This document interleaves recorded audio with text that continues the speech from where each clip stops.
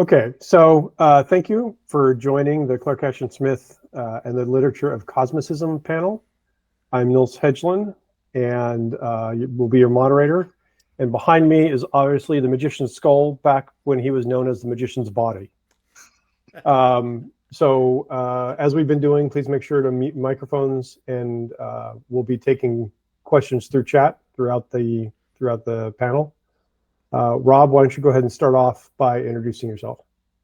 Sure. My name's Rob Poyton. I'm a long-time fan of weird fiction, horror, fantasy, starting with Tolkien as a kid, I guess, then moving on into Robert E. Howard, and everything kind of opened up from there.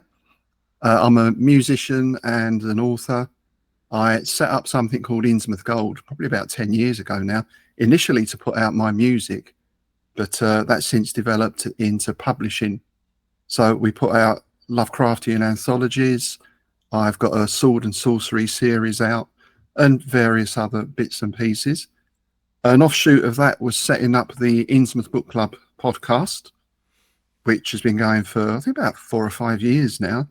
And an offshoot of that was setting up Strange Shadows, the Clark Ashton Smith podcast, which I guess brings me to where I am today. Great. Jason, will be our other panelist. Most of us know you, but why don't you just give a short introduction? Oh, yeah. I'm Jason Ray Carney. I use my middle name because there's another English professor named Jason Carney who is you Google Jason Carney English professor and he comes up, and I'm nowhere to be seen. So I use my middle name. I teach at a small liberal arts school in Tidewater, Virginia, Christopher Newport University. I secretly, I don't know if people know this, my technical appointment was in 18th century literature and the history of literary criticism.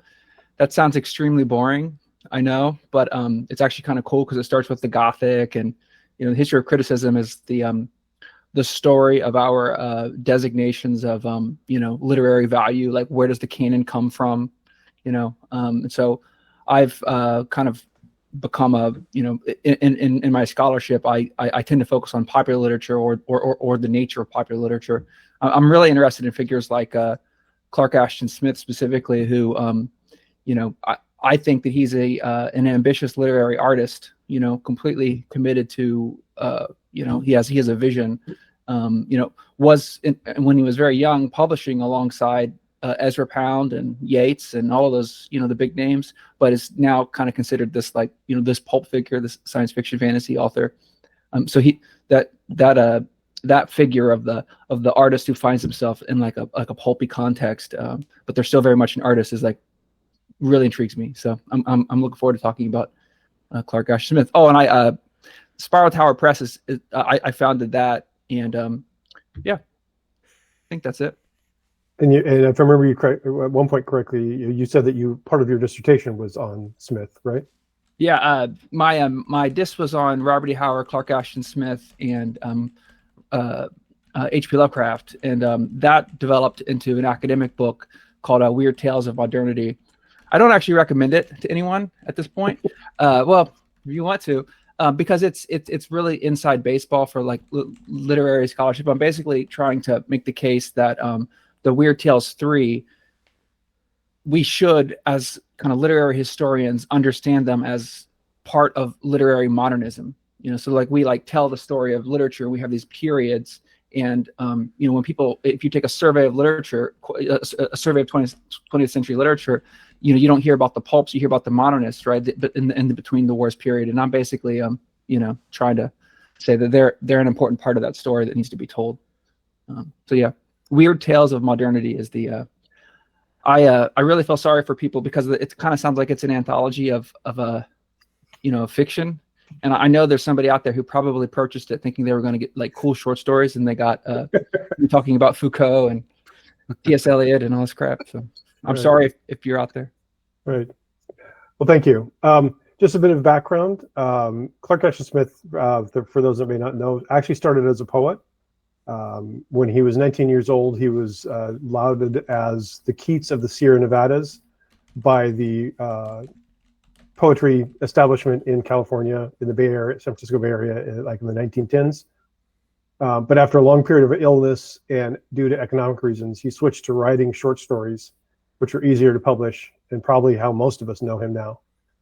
But from even his very first poem, his first collection was called The Star Treader, which was very aptly named. He's known for his wild imagery and even wilder vocabulary, so much so that when labeled, the term cosmicist is frequently used. So Rob, what would you define as cosmicism? What is your favorite Clark Ashton Smith work you think that illustrates it, and why? And then we'll go to after that. I think to me, there's four main points for cosmicism. I think there's an absence of the conventional supernatural. So we don't have vampires and ghosts and werewolves as such in cosmic horror or cosmic fiction. I think there's the fact that that people are insignificant. Mankind is insignificant. There are no heroes. There's no knights. There's no Aragorn riding to the rescue. We're nothing in the grand scheme of things. And that comes partly as a result of the cosmic scale of things in terms of time and space. And also quite often in cosmic literature, just the scale even of buildings. I mean, one of Lovecraft's favorite words, cyclopean, right, pops up a lot. Everything seems to be on this much larger scale. And I think alongside woven into that is not a lot is really explained. You don't really get motives for these cosmic beings, because how can you even begin to grasp? You know, it's like an ant understanding my decision-making process for making lunch or something. You know, it's just so beyond that you've got no hope of understanding that. So as a writer, your challenge is then, how do you present that? You know, it's a discussion we often have about writing from a non-human perspective as an exercise. We think that's something that would be very difficult. So those would be my major points for cosmicism. In terms of Smith, I mean, we have his Averoigne stories, which I think are more, quote, real world. We have werewolves, we have Pan and that kind of stuff going on. But if we get into things like City of the Singing Flame or The Door to Saturn, there's a lot of his stories where people go somewhere else and they get a little glimpse of the vastness of the cosmos. So Jason, what do you think is the definition? How do you define cosmicism, and what do you think would be the best example of that in Smith's work? Yeah, I think Rob defined it very well. You know, I would say that, you know, with the conventional supernatural, you know, if you have a devil, well, then there's a cosmic order there, like order underlined. You know, it's actually a much less scary place if there's a heaven and hell than if, like, it's just this thing you don't understand. So, you know, I would say, like, that the traditional Gothic, you know, that, you know, there's an afterlife, right? Like that's kind of a comforting idea, right? So yeah, trying to think. I also think it does have something to do with non-human psychology. So like intentions that we can't understand. Like Rob mentioned the ant trying to make sense of, you know, making a sandwich, right? Like there's some really interesting moments in Smith's stories where, you know, there are protagonists who have like you know, compulsions that don't make any sense, like the City of the Singing Flame, right? These people are drawn hypnotically to this. I don't know if you guys know the story. I don't want to, like, it's too late. It's been enough years. I can spoil the story. So there's this city with a giant flame. It's kind of keening. It's making this weird noise, and people are drawn to it. And then they start throwing themselves into it. And you know, I find that really, it's an interesting, like, internal motivation that you might not understand. You know, like a hunger that you might not understand. Another story that does that is the this might be up there. One of my favorite CAS stories is the Seven Geeses. Am I saying that correctly? The Seven Geese. Basically, this human is condemned by one of the gods for blasphemy and keeps getting sent to another god. These horrible, like, you know, cosmic horror gods. You know, they're not like Zeus and you know, Athena, like they're not anthropomorphic. They're horrors. But he keeps, and they get more and more scary so he'll go up to one of the gods and say, "I've been sent to you because I've done something bad. You need to punish me." Then they'll send him on to another, and he goes through all these different, the gods basically keep playing a hot potato with punishing him, and it just gets crazier and crazier. It's and just this idea that you would actually feel compelled to go and be punished, right? I thought that's like a really so I think part of it is this malevolent intelligence that you can't understand. That's a big part of cosmic horror, the malevolent, or not even malevolent, like it's just confusing, but it's definitely like it doesn't have your best interest in mind. Oh, and then regarding my favorite stories, I just said, I like a lot of them, but the end of the story, I think is really intriguing. It's formally intriguing. It's about a literary character coming to realize that they are a literary character being read by a, kind of a god. It's so intriguing. First time I read it, I got the hairs on the back of my neck stood up. And the City of the Singing Flame, and what's the other one? What's the really sword and sorcery one about the thief? Subterra. Yeah, the Tale of September Zero. Yeah. Yeah. So then, Jason, we'll start with you this time. What unique aspects of Smith's style do you think lends itself to working at a cosmic level? Definitely his vocabulary. In his, years ago, I could have said the exact letter, but there was a letter where he talks about he likes to think of his language as like black magic, like it's liturgical or what's it called? It's a kind of spell being cast on the reader, like this strange diction, these antique words. It's not just to show off; it's to kind of lull you into another kind of reality, and I think that's any discussion of Smith's style and its effect has to include that part of it. That's I think that's. See if I can think of anything else. Oh, and also unpronounceable names. That's even more difficult to pronounce than Lovecraft's, and Lovecraft created some really difficult to pronounce neologisms. So. What do you think, Rob? What kind of aspects of Smith's style? I totally go along with what Jason says there, really. And I think first and foremost, Smith was a poet, and that's something he brought to all of his writing. And I think he felt frustrated at times. Obviously, his financial situation, his state of pecuniary depletion, as he might have put it, was such that he occasionally had to chuck out the odd action science fiction story. But even in those, there's a few lines of poetry here and there. But I think when he's dealing with the truly cosmic, then when he gives that vocabulary full rein, it adds almost like another worldliness to the story. I think he's describing the indescribable in the best way it can be described, if that makes sense. Even more so than Lovecraft, who I greatly admire as a writer, but I think Smith is even up above that. And I think, if we look back to the Romantics, and funnily enough, I think he sits between those sort of romantic poets, but then when we also come forward into the 60s and that whole psychedelic experience, he seems to be a direct link between the two. Because a lot of this type of fiction seems to be taken up by the psychedelic movement as well. We were talking a little bit earlier about the paperback boom of the 60s and 70s and all the artworks and everything else.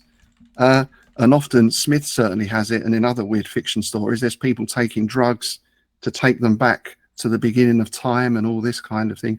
So it's the language, but there's a lot of concepts as well that were moving beyond your standard. I think, how did he describe it once? Cowboys in space or Hunt the Vampire, to these much deeper and wider ideas. For maybe Luke, you can help me out. My text messages of the chat is moving really, really slow. So if you see any questions that are topical, let me know. Thank you. Will do.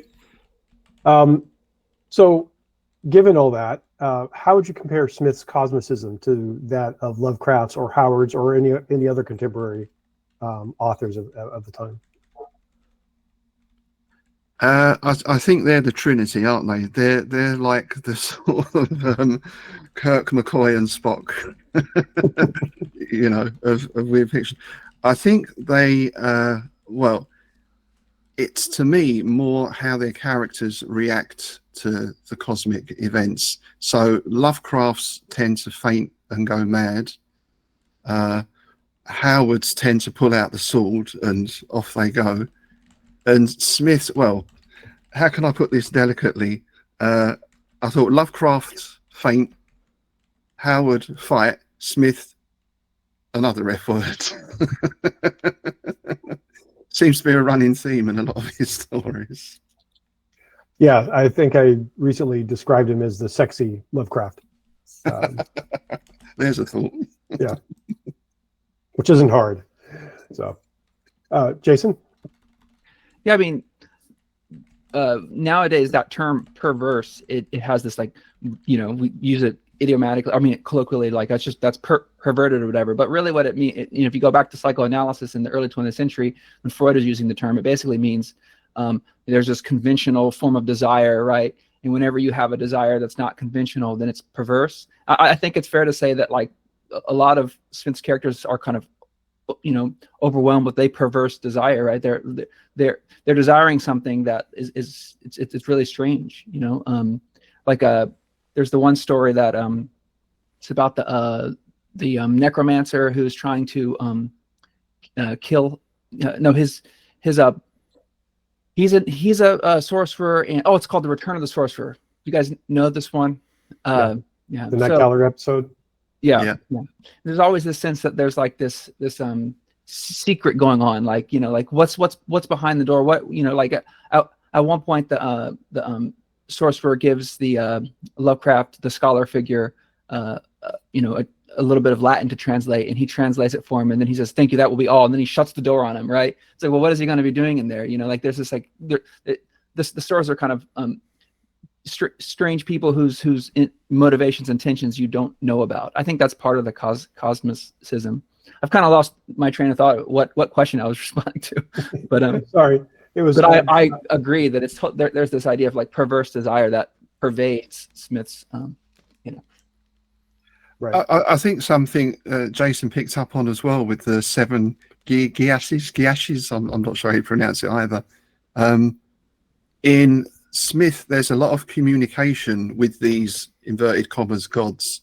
Sartogiwa, you can sit and have a chat with him, that kind of stuff. Whereas no one talks to Cthulhu. I think Nyarlathotep is about the closest you get in Lovecraft to any of these entities you can communicate with. And I think Smith has a little more of that ironic, sardonic humour going on as well. Though Lovecraft did have a sense of humour. That's another one of those myths about Lovecraft, but that's another issue perhaps. So I think there's that element of Smith with more of a direct connection with the weird and the cosmic as well. That's an interesting juxtaposition to his cosmic idea, because if the gods are supposed to be cosmic, you shouldn't be able to interact with them. Yeah. I'm going to pause a moment and take a few questions from the chat. One, Barry asked, he was curious to see how well known Smith's poetry is in the mainstream poetry world now. I don't know. Does anyone else know? Okay. I interviewed the creator, the documentarian who did the Emperor of Dreams documentary on Smith. And I think I kind of asked that question during the documentary, and he said he's a bookstore owner, so he knows what books are coming out. And he said that of the poetry anthologies that come out, if there's one on the sea, there's probably a Smith poem, because Smith wrote a lot about the sea. Interesting, coming since he lived in Auburn, in dry, desolate Auburn in the middle of California. If there's one on Californian poets, there'll probably be one of his. But if there's a fantasy, science fiction, any genre type things, he's almost never in it. And there was one of Smith's close personal friends, Robert Elder, was kind of doing a remembrance of him after he died, after Smith died. And one of the things he said was that in the latter years, he really felt that Smith seemed like he was getting depressed for not having been known as a poet instead of a short fiction person.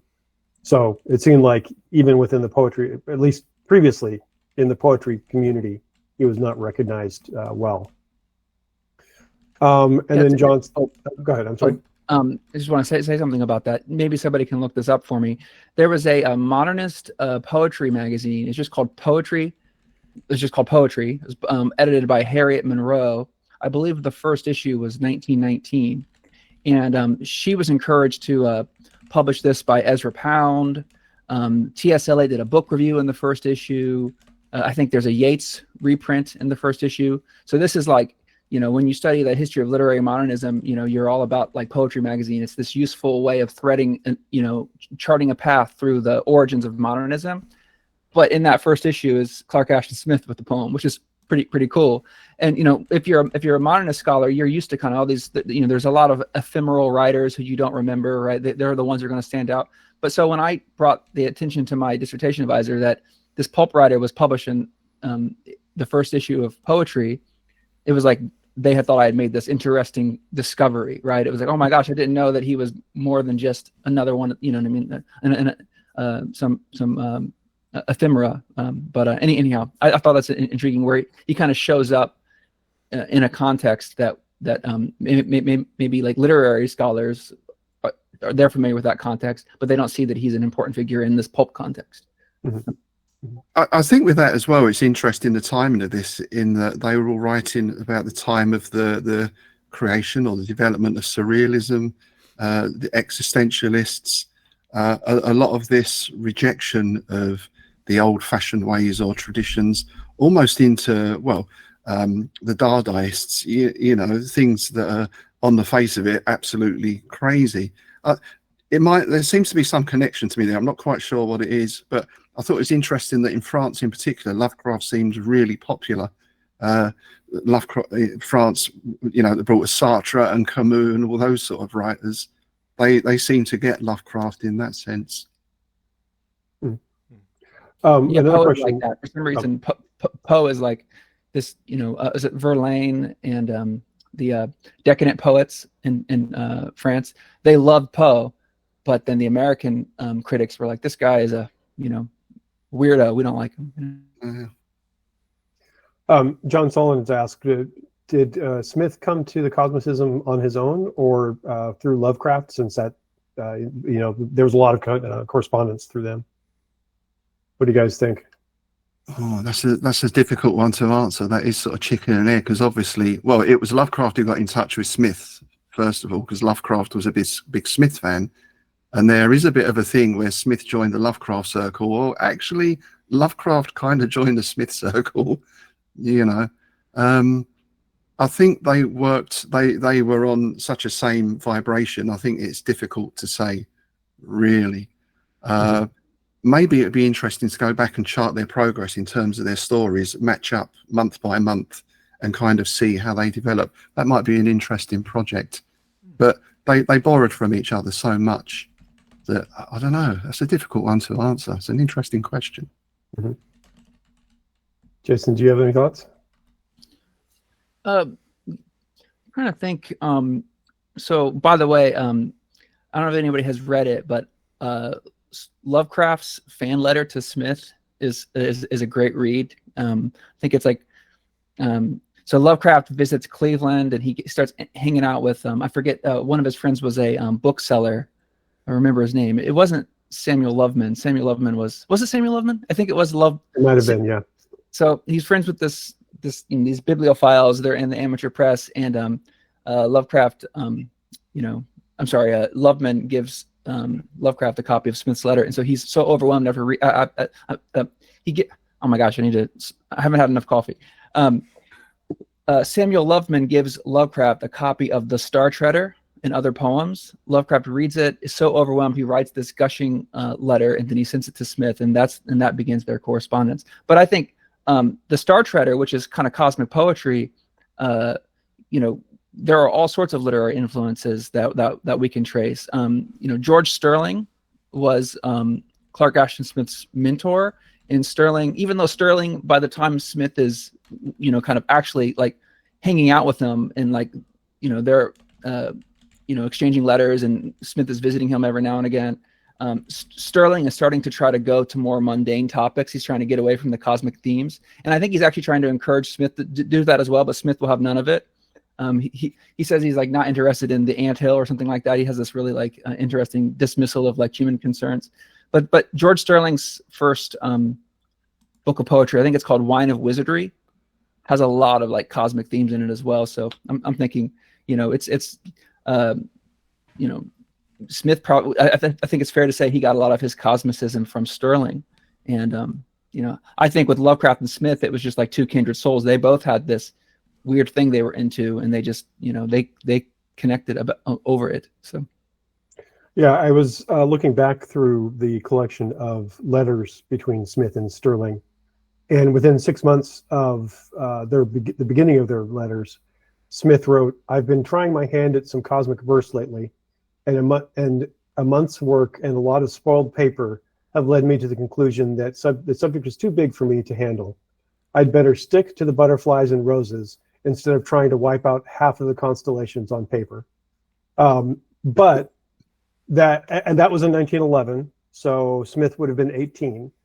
For almost the next year, Sterling gushed continuously about Smith's what he called star poems, including the Ode to the Abyss, the Star Treader, which Jason mentioned was published in 1911 or 1912. So at Smith's when Smith was 19. So it could have been Smith had the idea, but then Sterling's excessive, effusive praise encouraged him to continue on to it.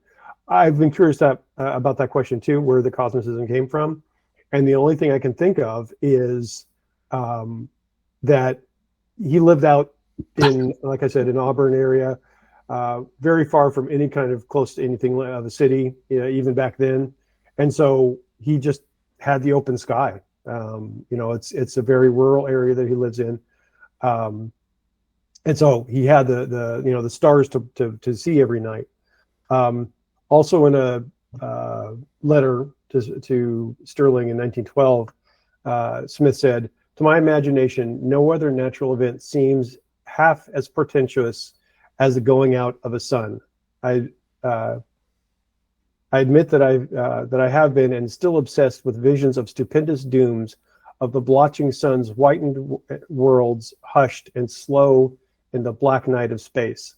So he wasn't even 20 years old when he wrote this letter, and already by then he had this huge vision of doom and cosmic cosmicism in his mindset that seemed to inform his writing. Jason Waltz has the question: was writing poetry and in such quality as prevalent among non-Weird Tales writers as it seemingly was among those authors of this era?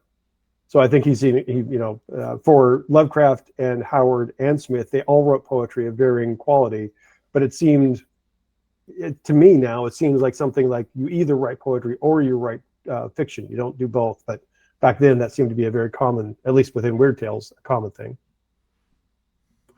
I guess so. I mean, maybe that comes from Poe, right? Because, Poe was also a poet. So perhaps that's an oldish tradition. But I think in general, this idea of everything back then was just called weird fiction, whether that was science fiction or traditional horror or whatever. I think there were less constraints in terms of genre, perhaps. In a way, I was having this discussion the other day with a musician friend of mine. He's not sure if his band is thrash metal, death metal, speed metal, slow metal. Which, oh my God, which niche do we fall into? Well, it's metal. So I think perhaps back then you did whatever you wanted. Maybe,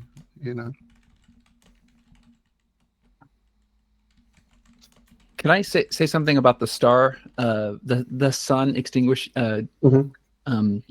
basically, going out. There's this book, I forget who published it, but it's called The Black Book of Clark Ashton Smith. It's like a miscellany. It has like some of his journals, some of his letters, a couple of like unfinished manuscripts. It's collectible. It's pretty expensive. I Interlibrary loaned it, but part of the journal, Smith records this dream he had of being on a planet and watching the sun like blink out, and he's like, and this was a book of things that he was going to later use for literary treatment, like maybe write a poem or a story or whatever about it. So it fascinates me that, like, people call Clark Ashton Smith the Keats of the Pacific. I'm thinking of another famous poem about a star, John Keats' Bright Star. I don't know if you guys know that, Bright Star, I wish I was as steadfast as thou art. Basically, in this poem, the star is a symbol for eternity, right? Like, Keats is dying of tuberculosis, and he's lying on his true love's breast. It's like a post-coitus poem, and just thinking, man, I wish I could live forever, and I want to be like this star that lasts forever. Fast forward to Clark Ashton Smith, 200 years later, he's looking at the star, and he's like, this, even a star is not going to last forever. He's like truly like this. We sometimes use the term decadent to talk about, like, are you interested in immortality? Or are you interested in ephemerality, right? Like, what's your angle, right? And I think that this is for me, it really came into focus that, like, actually Clark Ashton Smith is more interested and maybe haunted by, artistically motivated by the ephemeral rather than the eternal, the immortal, or whatever. But I don't know. I love that The Black Book of Clark Ashton Smith. He's a really intelligent person, and I like when you can get artists being candid like that, like this young person writing a journal. It kind of feels dirty reading their diary, but still.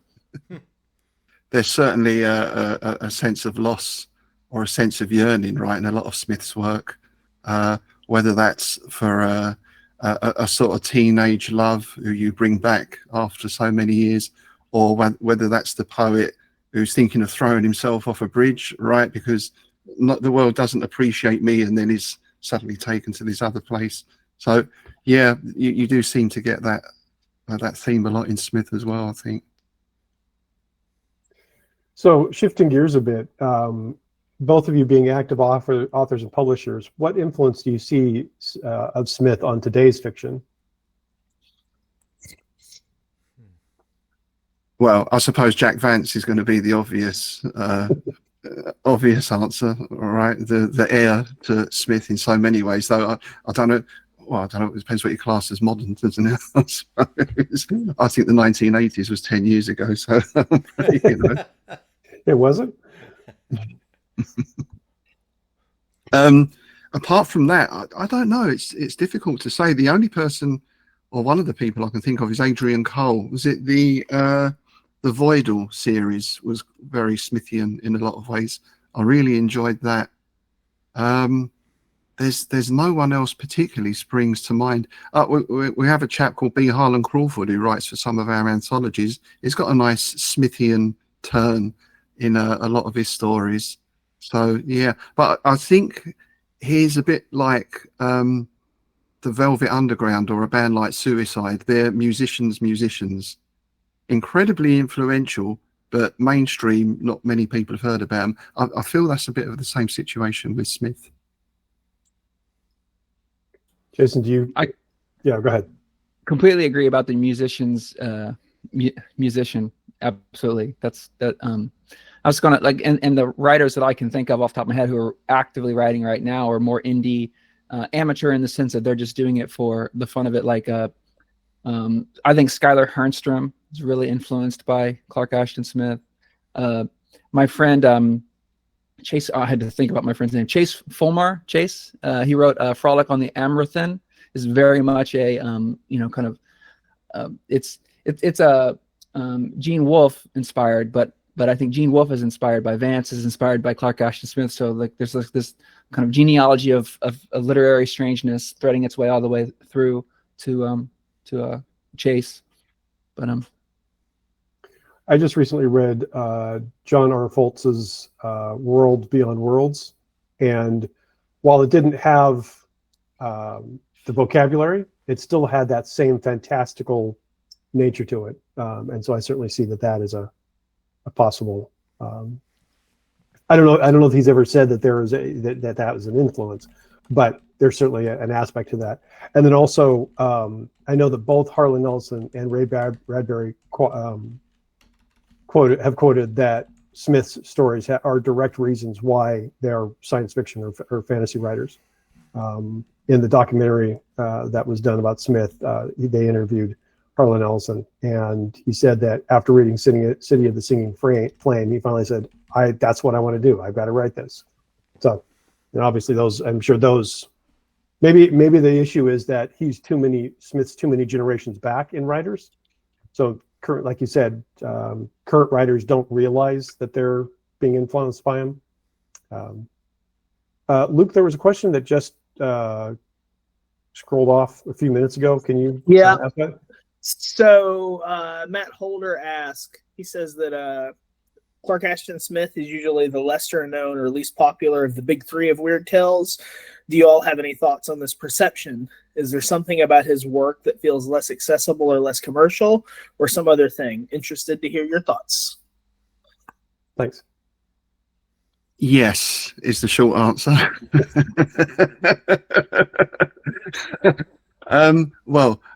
This is something we've talked about quite a lot on the podcast. Obviously, Lovecraft now is mainstream. I mean, he's hooked right into the mainstream, and Howard too. Even though we can talk about Conan films, though I'd really rather not. But again, that's another issue. I think there's a couple of things. One is the language to an extent, but then people said the same about Lovecraft as well. So, I'm not so sure about that. I think it's more of the fact that Smith doesn't have a central character or figure. Lovecraft, everyone knows Cthulhu. Interestingly, that for Lovecraft, his main creation was Yog-Sothoth. He even called his work Yog-Sothory. I think it was Derleth who coined the Cthulhu mythos phrase.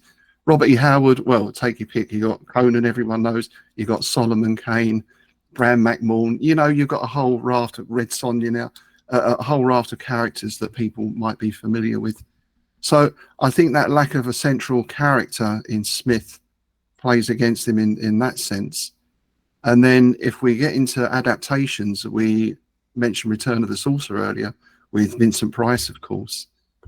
And even that was very enjoyable, but it kind of was sort of the story. But how do you translate Smith's language into visuals? Because the language tends to come in the descriptions and not so much in the dialogue. So how do you convey that sort of feeling you get from reading Smith to seeing Smith? I think that's possibly a barrier.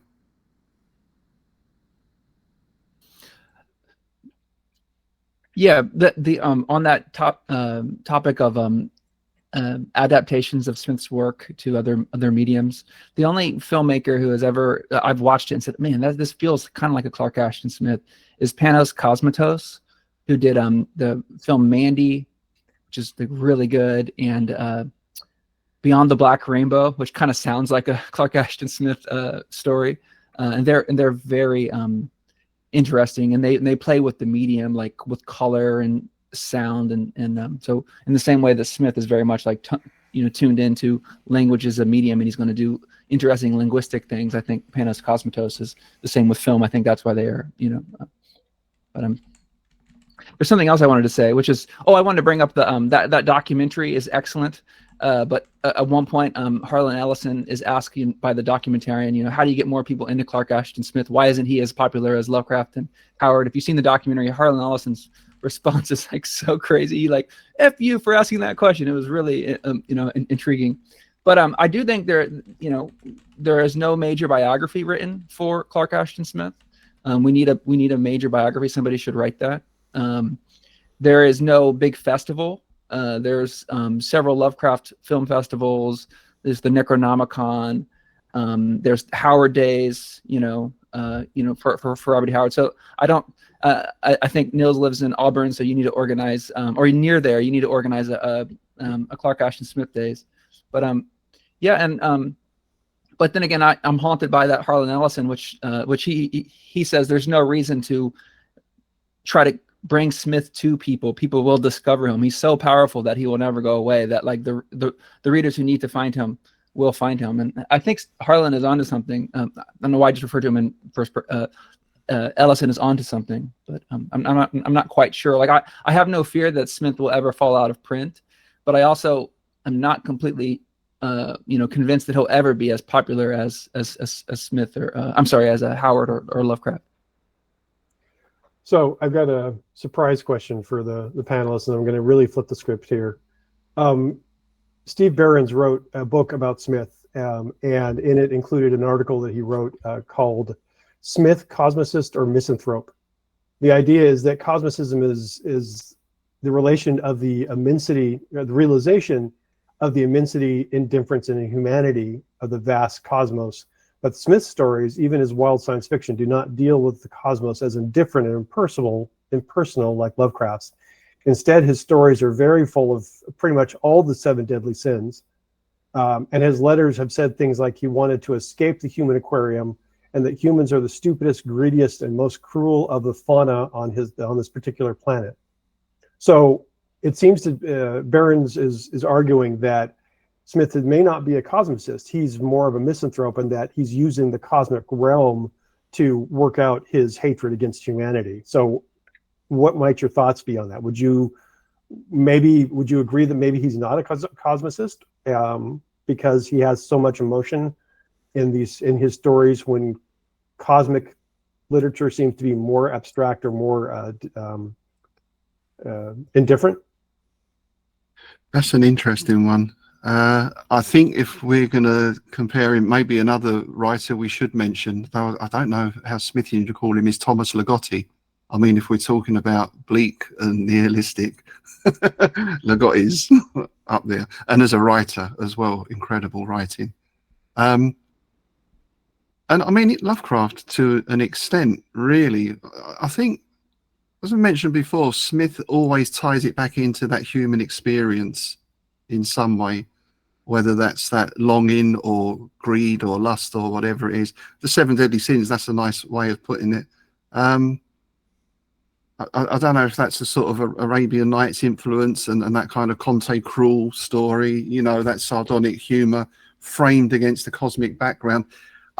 Did he hate humanity? I don't know. I mean, we all do it time to time, don't we? When people don't buy our books, or I only got 3 views on my YouTube channel, you bastard. So I don't know. I mean, he certainly lived or as much as he could, a life where he was connecting with a lot of people. Shall we put it like that? So yeah. So he was by no means.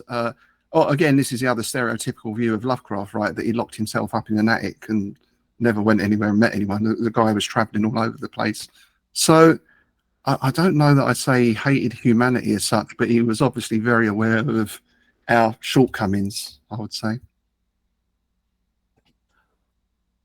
Yeah, I'm going to be armchair psychologist, and this is purely speculative. And I didn't know Clark Ashton Smith. From that documentary, it seems like he was a nice guy. He was polite.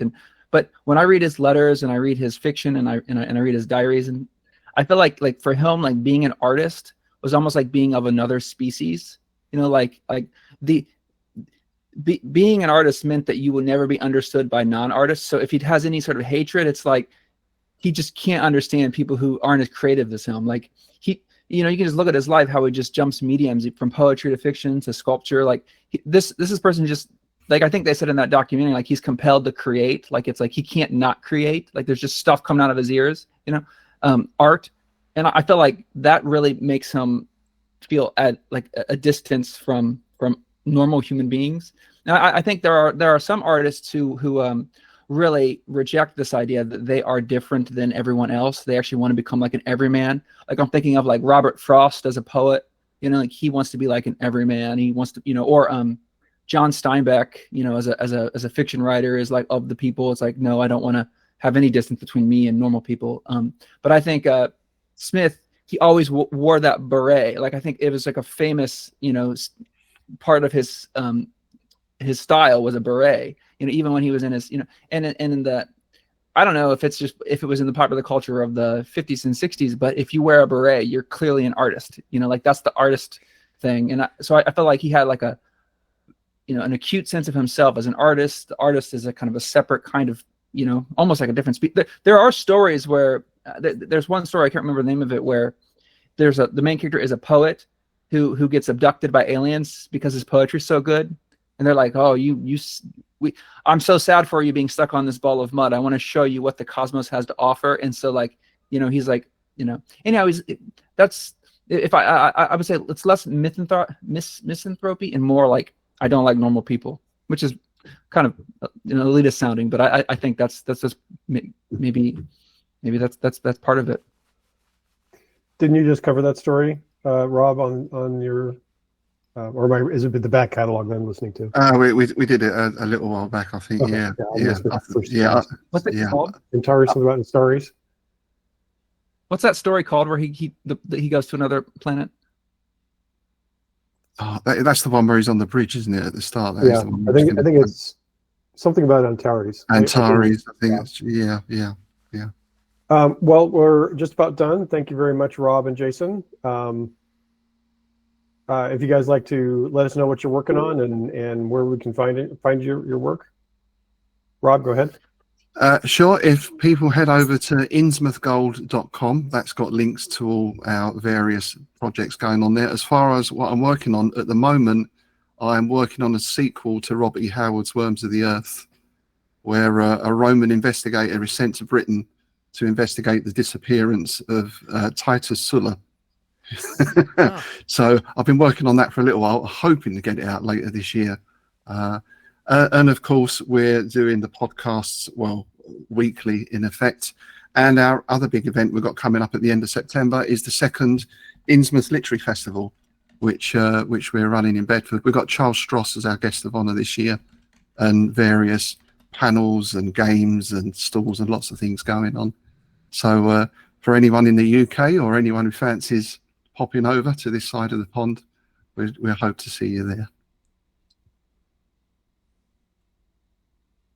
Jason? I think John Solon's had his hand up. I don't know if. Oh. Yes, he did, or? No, that was just a mistake. Thank you. Okay. Oh, okay. Well, just a couple of things. Spiral Tower Press publishes, these amateur zines, and the one that we're working on right now is Witch House. Luke is the editor of it, and Nils is a reader for it. We had like 130 submissions or something, which is pretty high for us, And a lot of these are like writers who've never been published before, so it's really cool. So just maybe pitch that. It's completely free, and we just, it's. And I guess I'd say, like, if you do read these things, if you feel so inclined, you don't have to, but just blog about them or say something about them to the public, because a lot of these, like, amateur writers, it's like water to a person in the desert to kind of get some feedback, and you never know, it could propel them into writing more. So I think that's it. Yeah.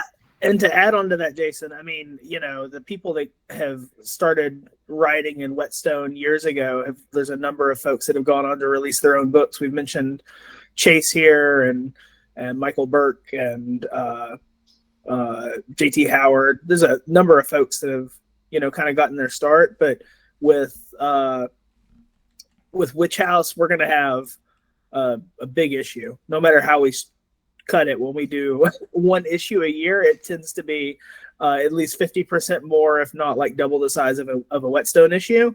So yeah, so that'll be coming out around Halloween time anyway. Right. And also, Luke has gotten 2 really great introductions. They're short, but the first one was Yoshi, S.T. Joshi, and then the second one was John Langham. So did I say Langham correctly? Is it Langdon? Yeah, Langan. Langan, yeah. Yeah. So they're worth reading, those introductions. Cool. Well, thank you both very much. And also thank you, Jason, for organizing the whole con and building such a great community for all of us to be part of. Thank you. Thank you. Thanks a lot. And I'd like to finish with one more quote from Smith. Science, philosophy, psychology, humanism, after all, are only candle flares in the face of the eternal night, and with its infinite reserves of strangeness, terror, and sublimity.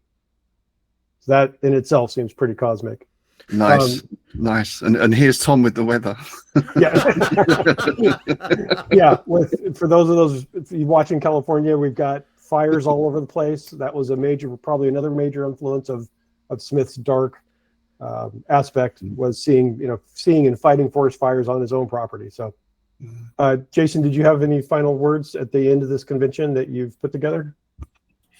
No, other than this is the first virtual one. Totally going to do it again. Had a great time, and thanks to everybody who helped. I mean, Nils, you helped me a lot. Luke helped me a lot. There are so many people who I know people probably wanting to get off here, but anyhow, thanks to everybody involved, and hopefully we do it again next year. So, and thanks for joining us from England, Rob. Oh, it's a pleasure. Absolute pleasure. Nice to meet you.